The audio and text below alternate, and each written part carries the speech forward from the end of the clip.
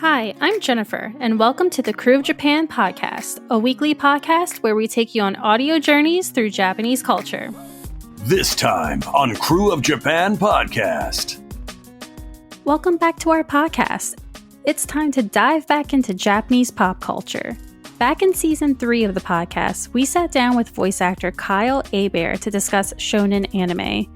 So to balance things out, we are finally covering shoujo anime and manga. Within this segment of media that caters primarily towards the female audience, you would be surprised at just how diverse the subgenres within shoujo anime and manga can be. Being avid fans of shoujo, we wanted to bring in a guest who shared that same passion. So joining us for today's conversation is Instagram and TikTok manga enthusiast and collector Taryn of Manga Lela. In our fandom discussion on shoujo, we discuss how audiences can distinguish whether or not an anime or manga series is shoujo. I actually think sometimes it's easier to tell when something isn't a shoujo because there are very clear signs when things are for the male gaze. Things like fan service or the way the female characters are written. I think for shoujo, generally speaking, the biggest indicators are the female characters, just like how they're written, how they're framed. The anime tropes you will commonly find in shoujo series. There's always a festival episode. There's always a scene of kissing in front of fireworks. There's always some sort of like sick episode where, someone's sick and either our lead is having to go to their house for the first time and all of a sudden they're alone, or it's the other way around and he's bringing soup or something and it's very dramatic for someone showing up and bringing soup to your house. How the shoujo anime and manga scene has been developing over the years, gaining some traction. There's so many really good shoujo manga that we're getting. They do just go under the radar. So I would say people who are looking to get into it, I would search through places like Baka Updates online has a huge category and you can filter by shoujo or josei, and you can also filter specifically by English licensed titles and by genre. And so much more. If you are an avid shoujo anime and manga consumer, or someone who's asking yourself right now, wait, what the heck is shoujo? We hope you can enjoy this discussion amongst fans and can learn a little something about the diverse world of shoujo. Let's go! Football is back, y'all. Yeah, I know this is a Japan-themed podcast, but the NFL is pretty big here in New Orleans, whether the team is good or bad, yeah. But with the start of the season upon us, support your favorite team and the podcast and Japan Society New Orleans all at the same time when you shop with NFLshop.com. Using our link, we'll just take you to the NFL Shop landing page and then carry on with buying all that swag. That's all you gotta do. And as always, we appreciate any and all support. Who dat? Here's what's going on with Japan Society New Orleans. Be sure to check the show notes for links and more information. Here we go. On October 23rd, 6:30 p.m., come join us for a happy hour at NOLA Brewing and Pizza Company. Whether you come to enjoy the pizza, the beer, or just good company, we look forward to seeing you there. At the time of this release, our Matsue Sister City Exchange delegation is out there in Matsue soaking it all in. Follow along on social media to see some pictures and videos of their journeys. Japan Fest is coming up on October 26th at New Orleans Museum of Art, and Japan Society is looking for volunteers to assist with our tables and samurai armored try-on stations. All volunteers will get free admission to the event. Sign-up link will be in the show notes. Lastly, the Japan Society New Orleans annual meeting is Thursday, November 7th at Southern Yacht Club. Attendance is free, but registration is required. Sign-up link will also be in the show notes. For more information and details about these events and future events, follow us on the website and social media. Everything will be linked out in the show notes. Hope to see you there.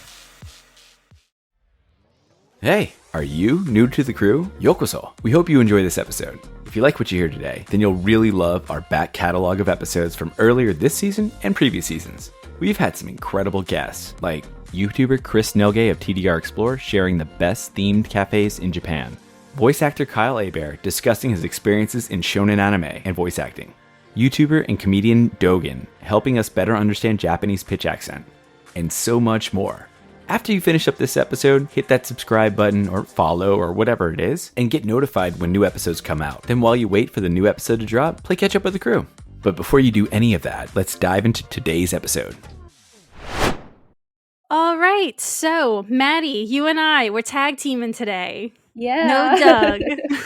No Doug. The cat's away so the mice can play. Ladies only tonight. Yes, Maddie, you and I, since season 1, we have been wanting to do a shoujo themed episode. And now we're at season 5. What the heck happened? Finally come in season 5, I know. Yes. We're missing the perfect guest, which we have finally found. We have the perfect guest to join us, Taryn of Manga Lela. Hi, Taryn. Nice to have you. Thank you so much for having me. This is going to be fun. Taryn is really known for her manga and anime reviews on TikTok and Instagram. That's kind of how I discovered you, Taryn. Nice. But she's also just a manga enthusiast and a shoujo enthusiast, which we can all sympathize with and relate to. It's our burden to bear.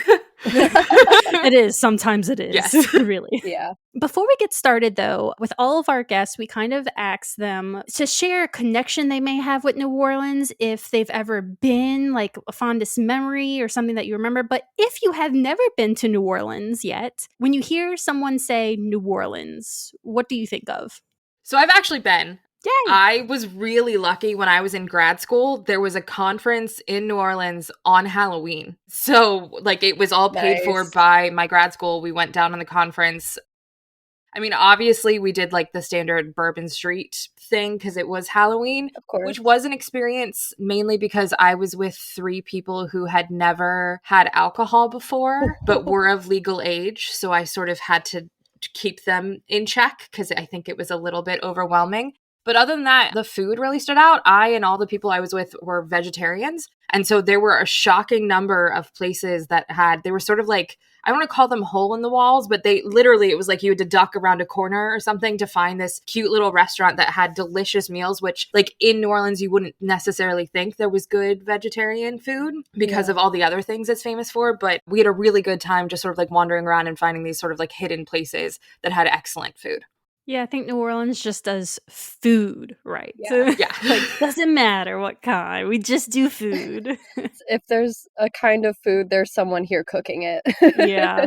Yeah. Wasn't sure how to say that, but that's pretty much it.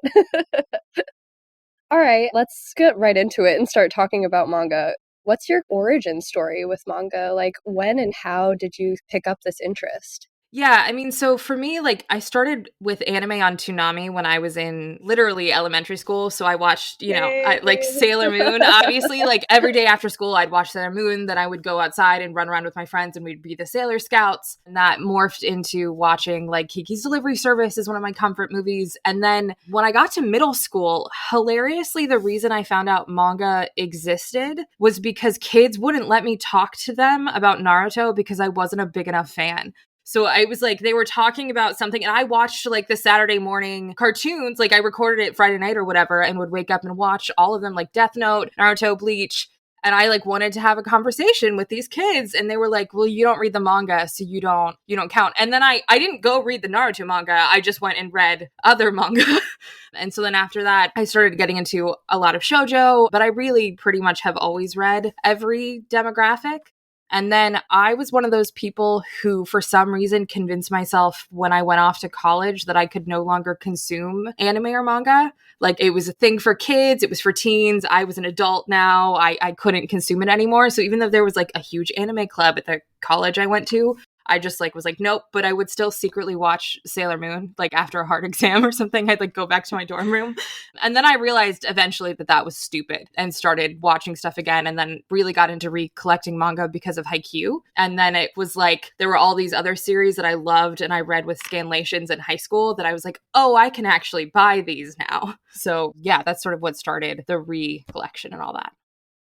Wow, you must have been to a totally different school than what I'm thinking of, because like when I went to school, it was like, you like, what? What are you doing? Huh? People gave me weird looks for even reading manga, but to be ostracized because you didn't read the manga, that is interesting. It was weird. I mean, and it wasn't everyone, but it was like those specific kids were like, you're not, I don't want to say weird enough, but it was like, you're not nerdy enough or whatever for Right. us. But then the popular kids were like, you're not one of us either. But yeah, no, I mean, then when I went to high school, it was not a cool thing. It's just Yeah. for some reason, there was a group of kids who were like very passionate about Naruto. Yeah. What an interesting little subsect you Yeah. founded. Yeah, and I feel like being a manga fan as an adult is actually way more convenient than as like a teen, because like as a teen, I remember having to like decrease my lunch menu because I was stashing money in my pocket so I could buy manga. Yeah. Whereas now I'm an adult and I have a real job and I can spend my money on whatever I want. Well, and I Oh, think yeah. it takes so long for volumes to come out too, that when I was does. in high school, it was like I didn't have the patience necessarily to wait for the next volume. And then it was like I forgot it existed almost by the next time it came out, because it'd be like a year later for some of them, or I'd be in college. And then it was like, well, yeah. Yeah. So, for our listeners, as a refresher, because we're already kind of like diving deep in, is that our manga episode in season 2 with Danica Davidson, we talked about shoujo is categorized as a demographic, and you heard Taryn just talk about that a little, which means that it is a media with the intention of the audience being young girls, typically tweens and teens. And within shoujo is an array of genres to enjoy that not many people realize. So, Taryn, what are your favorite genres in shoujo, and what are some example titles that you can give us? So my favorite tend to be on the more fantasy side, fantasy romance in particular. Villainess stories are my number one. Ah, that's on the rise. Yeah, I think, well, it's been glorious for me, but I know other people are like mad upset about it, but like I've been living the time of my life. So villainess stories.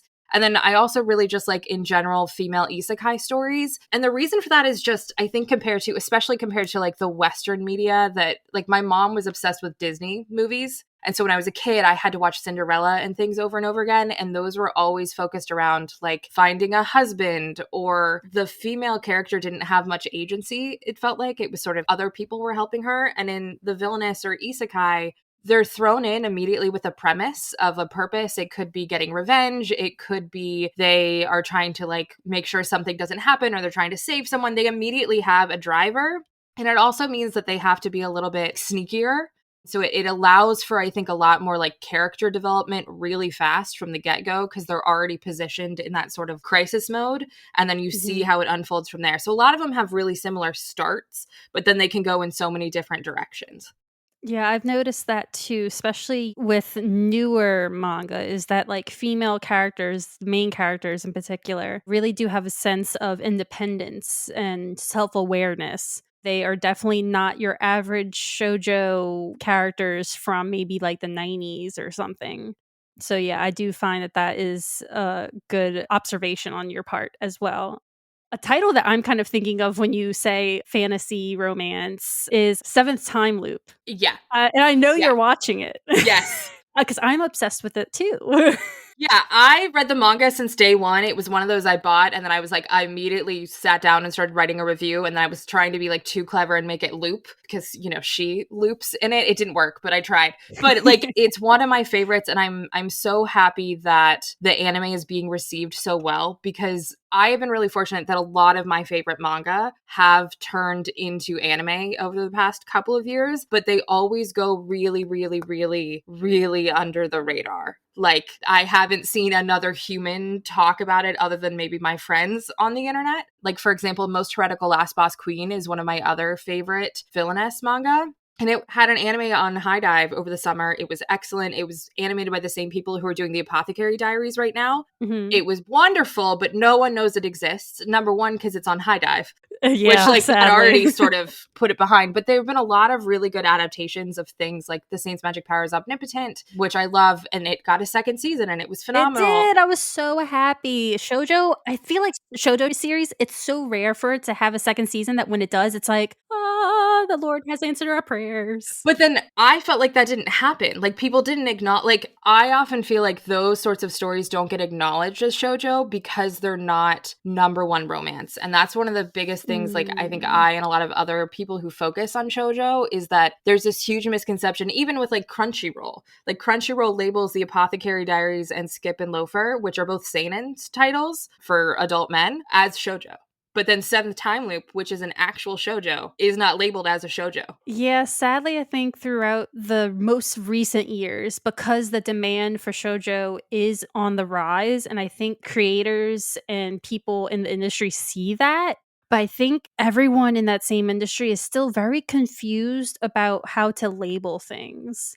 It's just something that we all kind of have to try to make them understand and get used to the fact that to label these things correctly will not only help people discover maybe new series or new things, but also the fans giving the correct attention because, I mean, shoujo fans, like, in earlier years, mostly, we've just been lacking in the anime industry. There's not that much representation. Yeah, I mean, there's definitely, like, when you compare it to the number of shonen and seinen series each season, it's like there's nowhere near even like a remotely close comparison. But I do think one of the challenges is, like, even within the shoujo community, when people are talking about things like, oh, now we have a shoujo renaissance, there's a lot of people who are only referring to the high school romance shoujo when they're talking about that. So they'll bring up Honey Lemon Soda or the Kimi Chidoke season 2. And those are all, I'm super excited that we're getting them. But then when we're talking about that shoujo renaissance, you have to include all of them.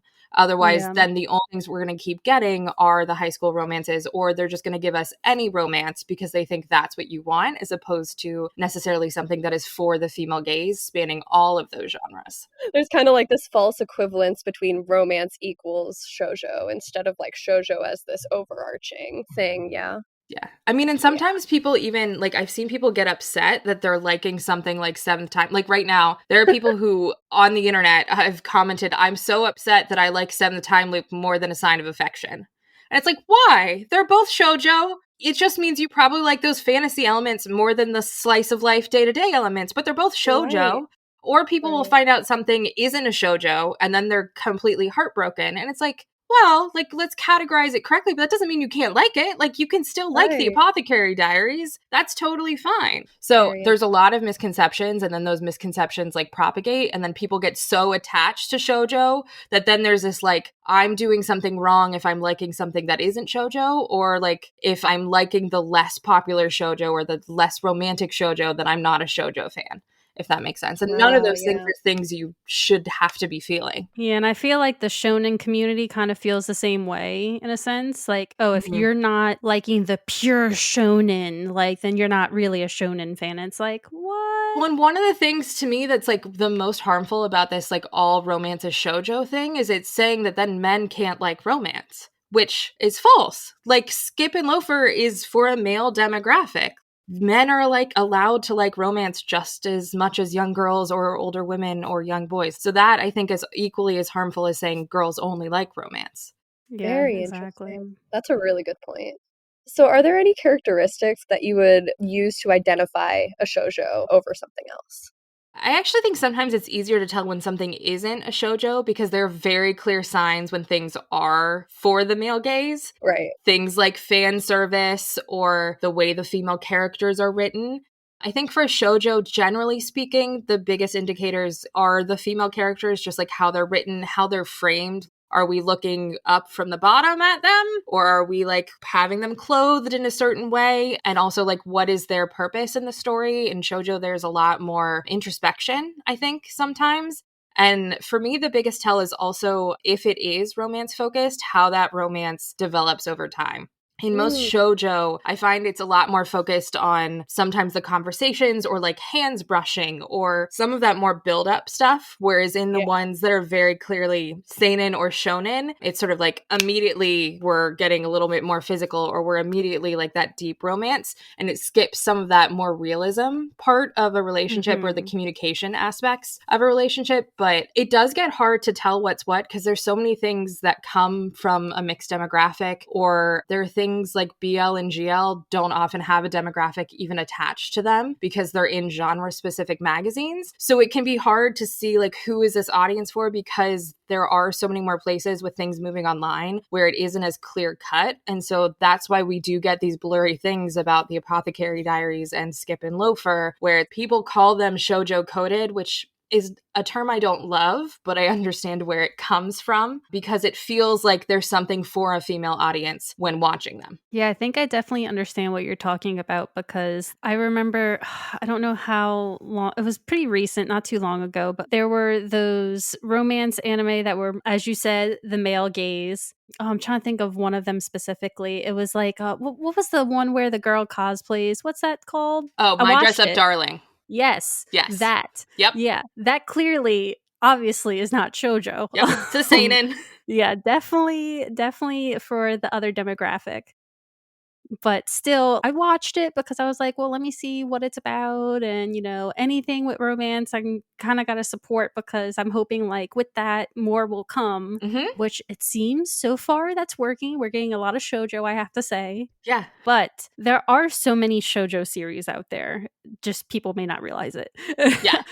And in your opinion, Taryn, what makes a good shoujo?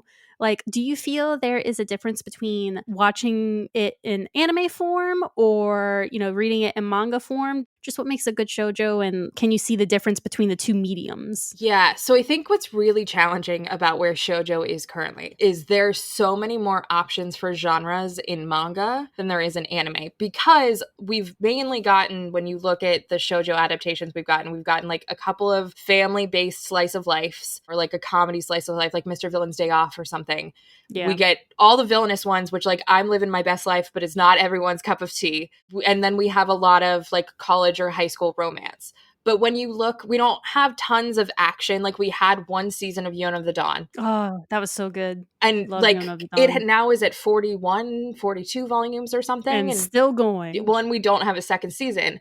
So it's like there aren't that many, like I can't name a horror or a sci-fi shoujo anime that we've had in a really long time, or an action one, or a mystery one. Like we just haven't had as many of them lately. And so I think the challenge then is if you are a shoujo fan and you like a lesser well-known genre or a less well-adapted genre, there just like aren't that many options for you to consume in anime, or if they exist, they're really hard to find, or like if you're trying to find the Blu-ray, they're going to be $300 or something secondhand because they're no longer in print. So I think when it comes to having a variety, manga, at least what we have licensed in the United States or in English, is much more accessible for every sort of fan of any genre. Whereas anime, I feel like it really is more catering to one sort of specific type of person. When it comes to what makes a good shoujo, I really think it's sort of the same things that make a good any series. Like it's having a compelling character, it's having a plot that people find interesting. I think pacing is really important. And so I do think sometimes there is a big challenge going from the pacing in a manga, especially because we often only get one season of a shoujo anime. And I think sometimes they know that it's only going to be one season. And so then it's this battle of, well, do I do this first chunk really well, really faithfully to the pacing of the manga? Or do I cram as much of the story in as possible in 12 episodes? And you're skipping all around. And that happened in something like I'm the villainess, but I'm taming the final boss. Like it just, like it crammed so much stuff in that then it felt like it wasn't necessarily doing justice. But at the same time, like you do have to adapt so people are getting as much of the story as possible. So I don't know, it's challenging. I mean, and again, I think for me, like if we're saying what's a good shoujo, it's something that reaches the intended audience. So it should hopefully have elements that resonate with either young girls or teens, or shoujo is a little complicated because there are shoujo that are rated 17 or 18 plus because there aren't josei magazines necessarily. So it's just like if it's hitting the audience it's supposed to and hopefully can grab some other fans, I think that's good. I would really hope for more genres in the anime side of things if we could get them, just because I think that would give us more fans if possible. For sure. I remember in college, I was like binging so much anime. I think that's where I watched most of my anime, honestly. And I kind of made my own genre of shoujo because I was like, ooh, this is so inspirational. And that was a skip beat. Yeah. And even though the anime cut so short, yes, they were pretty faithful to the manga. Like they didn't skip too much that they covered. And if you take it side by side, it's pretty much the same thing. They seriously stopped early. But yet again, that's because this author just loves long series. Because it's still ongoing. Still, yes. It's still, yeah, I have the 3-in-1s and I'm like, I'm going to be buying those until my deathbed because it's just it's never going to end by the time they get it over here. Yeah, that's rough. Yeah. But it's also like a lifelong hobby, I guess. It definitely is. Yes. Because Skip Beat definitely only comes out once a year. Yep. And so Oh, the 3 wow. it's literally like every 2-3 years or something. Yeah. It's a long wait. Always something to look forward to. Yeah. Oh my goodness. I guess next we can talk about tropes. Like, what are kind of some of the tropes that you think of when you think of shoujo manga or anime? Yeah, I think, a big one, obviously, like coming from my favorite genre is like getting stuck in an otome game as a character, right? That it's ridiculous. Yeah. And anytime I try to explain it to someone, they just look at me like that would not be. But it's so fun. Yeah. So that's obviously a really common one. A whole sort of genre or whatever you want to call it has spanned out of just that one very amusing trope that we have. But then when it comes to things like there's always a festival episode, there's always a scene of kissing in front of fireworks, there's always some sort of like sick episode where, someone's sick and either our lead is having to go to their house for the first time and all of a sudden they're alone, or it's the other way around and he's bringing soup or something and it's very dramatic for someone showing up and bringing soup to your house. But it's a lot of like, I find for shoujo the tropes are more like little interactions, whereas I think when you think of shonen and seinen, sometimes they're more like the bigger ridiculous, I've been hit by a truck and now I'm in this place, or I have a harem of 40 girls around me, or things like that. They're much more like day to day sometimes, even within the things like fantasy romance. It's still those little like, oh, someone's paying attention to me and responding to the things that I'm saying. Like, what? Oh my god. Right. I totally know what you're talking about. There's also like, the famous like the wall slam thing. Yes. Yeah, which is always good. Like, but if I think about it, like if someone did that to me in real life. Oh yeah, no, in real life it's weird. What are you doing? We love a good fantasy wall slam. Yes. Yes. Oh, but don't touch me in real life. Yeah. Right. No. It's true. I feel like shonen is almost more, the word that was coming to mind is like slapstick, like so in your face and like aggro, whereas shoujo is just a lot more like nuanced, maybe is. Yeah, I feel like with shoujo, it's like a lot of the tropes that we're kind of thinking about talking about. I feel like it kind of is a driver. It drives to something else, whether that be a character development or a story plot. I feel like it's just a driver, these tropes that we're talking about. Yeah, and I think also in shonen, I feel like they play to the age demographic a little bit more. Like they play up that it is for that like teenage boy who thinks that like bodily humor jokes are funny. Right. Whereas I feel like in shoujo, you can't always necessarily tell that it is for like young girls. Like Sailor Moon, if you actually go back and like read the manga, I mean, also comparing the dub we all watched in elementary school to the actual manga is crazy what they did to the story, but like that is a really intense story for me to have been actively consuming as a 5-year-old. No, like if you think about it on the grander scale, and like yes, there is that equal element in shonen, but it feels like because there's often more like jokes and things thrown around. I guess in shoujo there is also those like tears streaming down their face, especially in the old 90s. Ah, yes. Which I loved, but my mother hated, so I always turned up the volume. It's a whole thing. Well, because you mentioned like the stereotypical stuff and kind of remind me, it was like this YouTube video that was like all the openings to shoujos and it was like the same scenes. Yeah. Girl walking, girl turning around, wind blowing the hair. Well, and one of the things I found really refreshing about some of the shoujo we've been getting lately is they do start with that like very common, oh, it's a love triangle with the best friend and the, guy who just moved to town. But then when you get to the ending, it's not what you actually expected. And I feel like with some of the earlier stuff, because it followed sometimes more of like a procedure, like you could guess who they were going to end up with. And I feel like you can do that for some of the ones we get now. But I feel like there's a lot more that I'm reading lately, like something like Cinderella Closet, where there have been twists and turns that I would have never guessed, or like what He Who Doesn't Believe in Fate.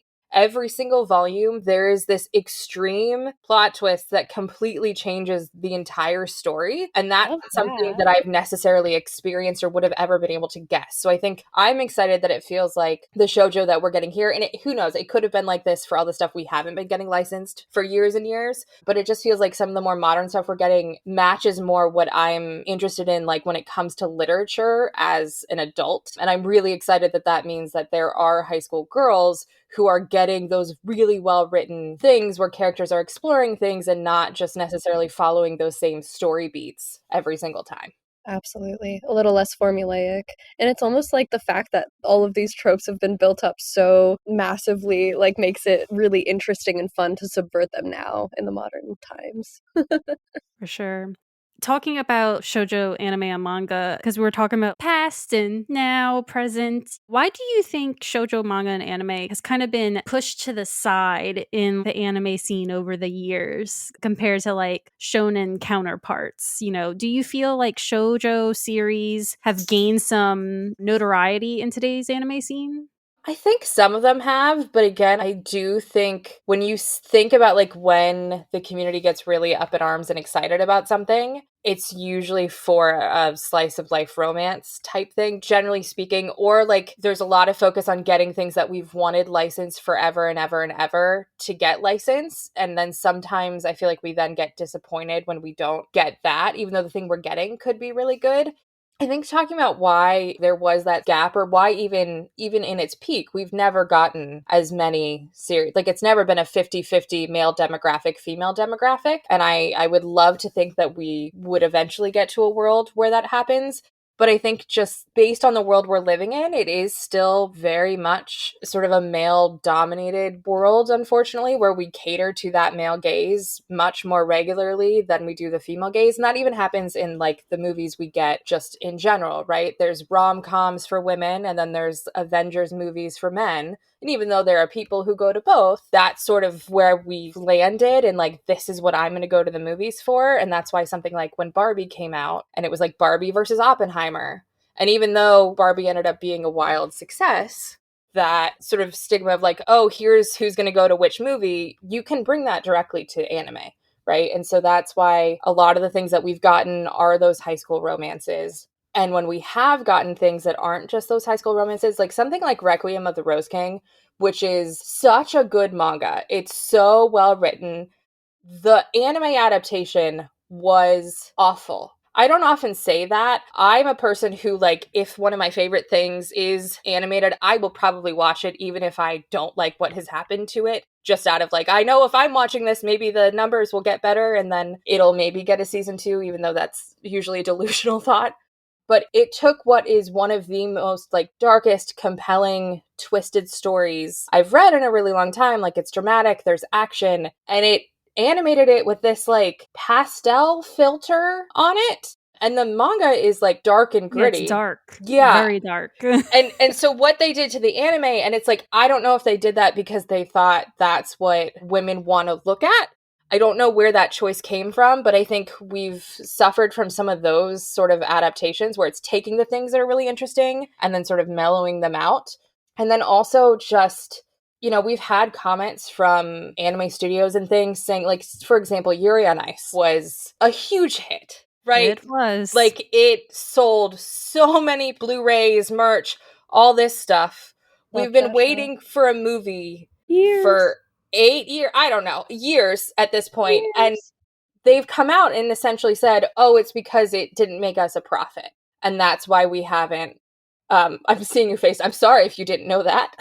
I'm so sad. I always keep hope. But it's like, so if you're going to compare something like Yuri on Ice, like, or a female demographic to something like Haikyuu or something like Demon Slayer or Attack on Titan, those numbers are not going to compare. And frankly, a big reason of that is there are a lot of women who will go watch Haikyuu and Demon Slayer and Attack on Titan and Bleach, and not a ton of men who will go watch Yuri on Ice or Seventh Time Loop. And it is getting better, right? There are more male creators going out and watching that. But if they're going purely on those numbers, then that means they're not going to then make more shoujo because it's not making them money. And we live in a capitalist society. We sure do. Unfortunately, Devastating. sometimes. Yeah, it does seem to go that way sometimes, but I hope to keep the faith.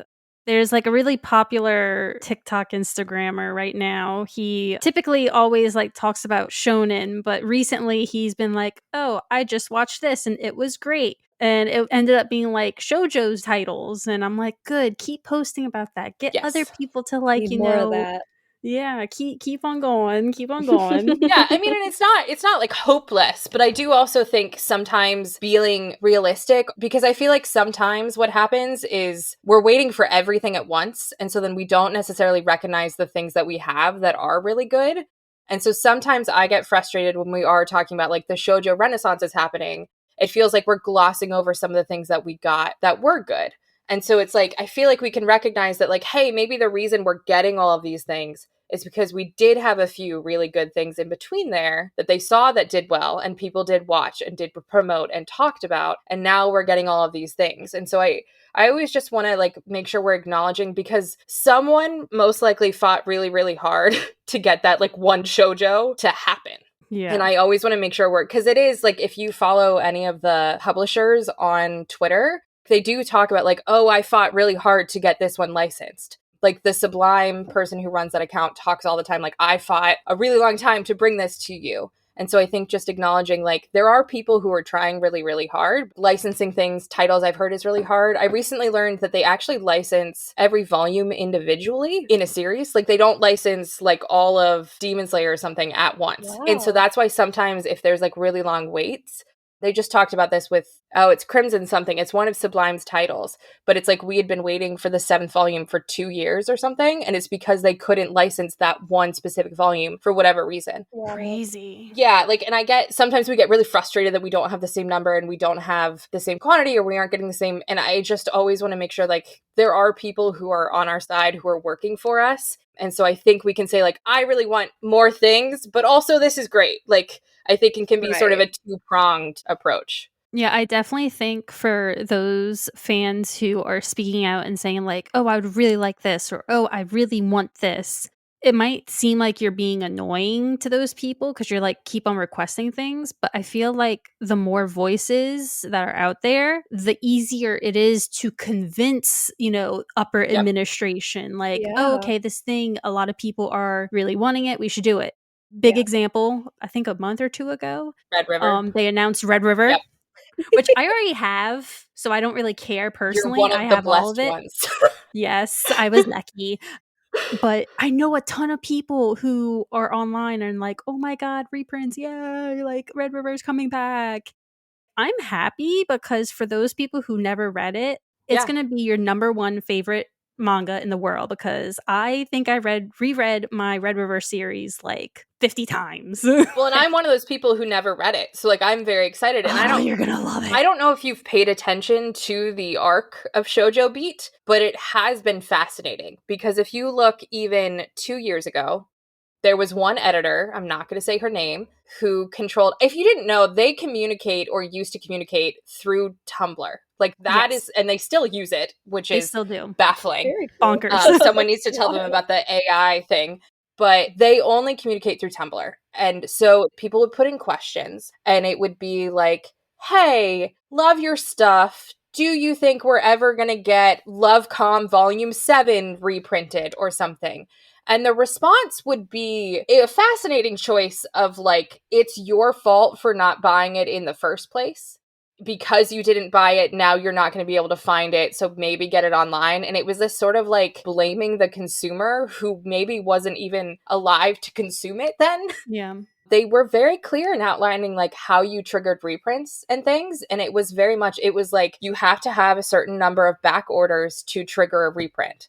And so if people aren't ordering it, they would not print it. Even you could go on Twitter every single day and say, please reprint Natsume's Book of Friends, Volume 3, which I've been waiting like 4 years for. You could say that every single day, and you could get 1 million people to say that every single day. And they were like, we will not print this unless you place these orders. But then there weren't places to place those orders. And the only place you could do it through was Right Stuff. And now they're gone. So then there's now one retailer you can do it from, which is Bull Moose, if anyone wants to back order older Shojo Beat titles. So like that was their line for years on end. And it was this sort of like, it's your fault for not having it, place an order, but you can't place an order. And so people felt, including myself, felt pretty like hopeless. Like, it's like, let me give you my money. Like, I would like to buy this thing. But now, all of a sudden, they're being very open about, like, let us know what you want. We got a Red River reprint in 3-in-1s, which I do think 3-in-1s are really good because I don't think they would reprint the singles again because I don't think they would sell as well. Yeah, I think I agree. I mean, I have the singles, but I mean, I don't see anything wrong with 3-in-1s. Well, because they can also count it as a new edition. Yeah, exactly. Whereas before they'd have to go back and relicense every single title, although I think they still have the license. But either way, so that means that most likely they probably have a place to manufacture more 3-in-1s because we had Skip Beat in 3-in-1s, and I think it was like Maid Sama, and they said again on the Tumblr they would never do 3-in-1s again, and they would never do box sets again. And so now we're getting 3-in-1s, and I think they did announce a new Vampire Knight box set. They did, which is useless to me too because I already have all that. I sold mine. Oh, did you? Oh, I only had the first like 4 volumes because I think I bought them in high school, and then I went off to college and deprived myself of things that I enjoyed for a while, and then they were just sitting here, so I figured someone who wanted like a first printing should have them. Also, because then by then I knew what the ending was, and I was like, do I necessarily want to read the whole thing? Valid. Super The valid. listeners that have no idea what we were talking about, Shojo Beat is like a division of a publisher called Viz. It's probably one of like the top publishers in the manga world since forever, it seems. I remember Viz being a big name even back when I was in middle school. So for those of you who did not follow the conversation, that's what we were talking about, is their division of Viz, which is Shojo Beat, that publishes shoujo manga. But how do you feel about the future of shoujo manga and anime? Just for final thoughts on the whole topic. Yeah, I've always felt very hopeful about shoujo manga because even though they're not necessarily the most popular, in my collection, I have so many different genres of things that I really enjoy that, like, when I talk about them online, people are like, I've literally never heard of this. And I'm like, great, go read it, please. So, like, there's so many really good shoujo manga that we're getting. They do just go under the radar. So I would say, like, people who are looking to get into it, I would search through places like Baka Updates online has a huge category, and you can filter by shoujo or josei, and you can also filter specifically by English licensed titles and by genre. So if you are really into action, you can put, I want shoujo action licensed in English, and you can find something to go get a library or go rent or go buy a physical volume if you're able to do that. So I think we have a really good variety of published titles for manga in English. For anime, I think the fact that like Seventh Time Loop is doing really, really well is a really good sign because it is more on that fantasy romance side. And something like Kakaryu did a really well a couple years ago as well. So I think the fact that those sort of titles are doing well is a good sign that hopefully maybe we'll start getting more genres in. I'm not super optimistic that we will get something that doesn't have a romance subplot. I don't necessarily think we're there yet. Yeah, we're still in the mindset of shoujo equals romance. Yeah, I mean, and we do have like Natsume's Book of Friends, which doesn't have a ton of that in there, but I think for the most part, like most things are gonna have, and it won't necessarily be the point of the story, but probably have some romance undertone. Like, I don't know if we would get something like Don't Call It Mystery or one of those yet. I don't know that we're there. Although I would love to be there. It might just like take us a while. And the biggest thing I can say is like, you need to watch it and you need to actually read them. Because even if it's not your favorite story in the world, if people aren't watching the shoujo, we aren't going to get more shoujo, just Correct. In general. And so I don't want to say don't watch it if you hate it, obviously. But if like, this is fun, but maybe it's not my favorite thing ever, maybe watch it just for the good of the group. You know, and then maybe the next time, like, I'll suffer through one I don't totally love. Because there's one I really don't like, but everyone else in the world is obsessed with. And I watched it for the sake of the group. So I'm just saying other people could do that too. I mean, I do that, so it's Yeah. I don't think anything's wrong with that. There Yeah. are shonen that I also do that with. I'm like, I don't want to watch this, but I'm going to watch it anyway. Well, also because there is like a cultural element, so then you can have conversations about it. Exactly. It's also like, true. if I'm going to say I don't like something, I would like to be able to explain to you why I don't like it, as opposed to like, I Yeah. don't like the idea of it. But yeah, overall, like, I think we're in a good place. Like, manga-wise, I think we have great things. I think it just takes a little bit more effort to find the non-romance-focused titles. Mhm. But also, it's also okay to just read what you want. Like, I don't really pay attention to demographic anymore, but I also, like, know that when I'm grabbing stuff, I'm probably going to grab a variety. I like a lot of things. Yeah. Well, I think that is a good place to stop. And I hope that our listeners have gained more knowledge about the shoujo scene and how things work. And Maddie, we finally did it. High five. We got a shoujo episode. High five with you too, Yay. Taryn. Yeah. Doug, you're missing out. I really... Well, before we conclude, I kind of want to give you, Taryn, an opportunity to pitch and shout out all your things, what you're doing. I know you just came back from KatsuCon, which that was probably a fun time. It was interesting. I think it was not... I was not the target audience for that convention, and that's Of okay. course. As a non-cosplayer, it was not for me, but I had a great Fair. time. Yeah, I mean, I mainly just read stuff and then talk about it on the internet, or watch stuff and talk about it on the internet. So I do reviews and recommendation videos. Like, I try to do them pretty regularly, both on, I now cross-post on TikTok and Instagram. I also talk about, like, video games. Like, I'm about to go play Final Fantasy VII Rebirth right now, because it just arrived earlier today. I'm very Ooh. excited. Yeah, I kind of just talk about what I like, and then I also talk about Haikyuu a lot because I enjoy it. So, you know, I talk about, like, why don't we have the movie yet? But I know, right?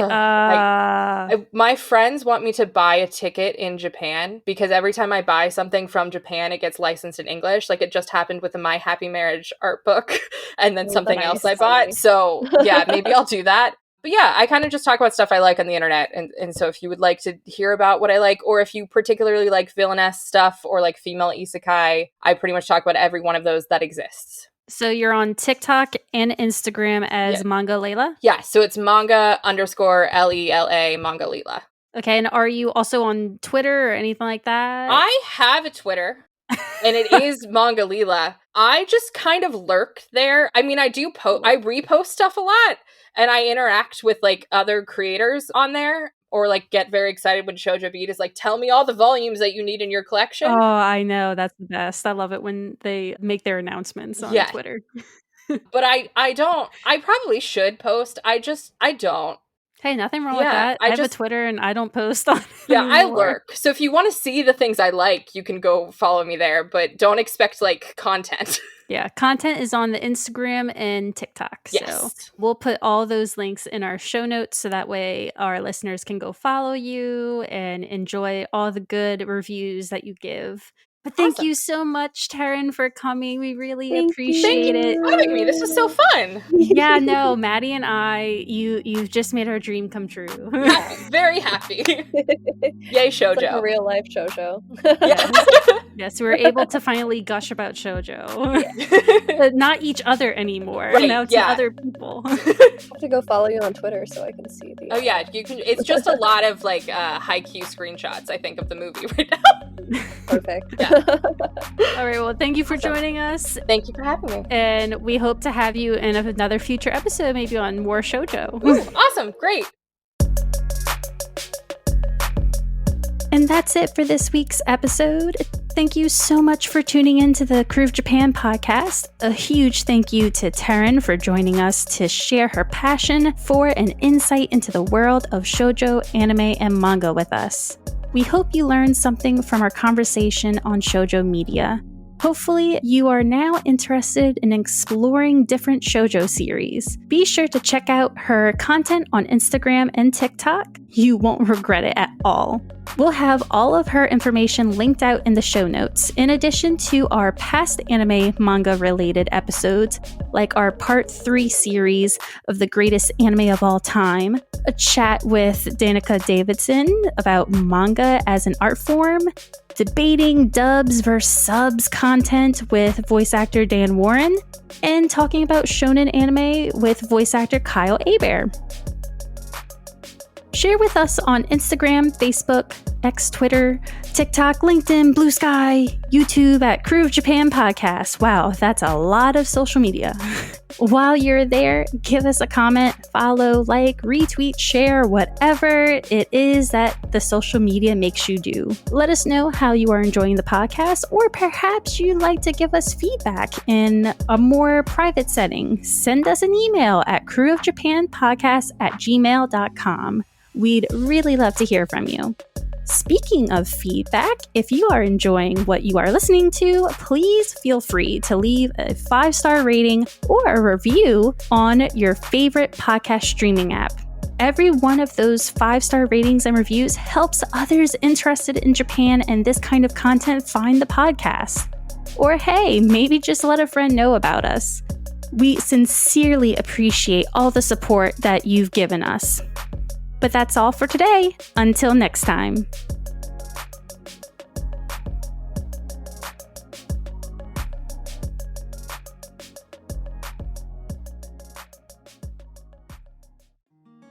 Looking to start your own podcast and don't know what platform to use? Tell me about it. When we started the Crew of Japan podcast, we tried a bunch of the big name recording platforms, but always came back to the one we're still currently using to this day, Zencastr. Zencastr is now the all-in-one solution making podcasting easy.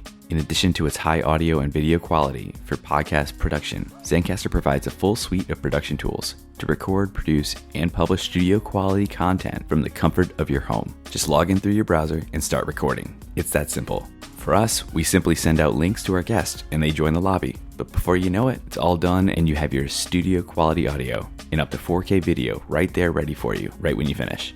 The best part is having their multi-layered backups to ensure that your recordings are in the highest quality, regardless of anyone's internet connection stability. With Zencastr's all-in-one podcasting platform, you can create your podcasts in one place and distribute to all the major destinations. It's really that easy. Go to zencastr.com/pricing and use our code CREWOFJAPAN, KREWEOFJAPAN, and you'll get 30% off your first month of any Zencastr paid plan. We want you to have the same easy experiences we do for all of our podcasting and content needs. It's your time to share your story.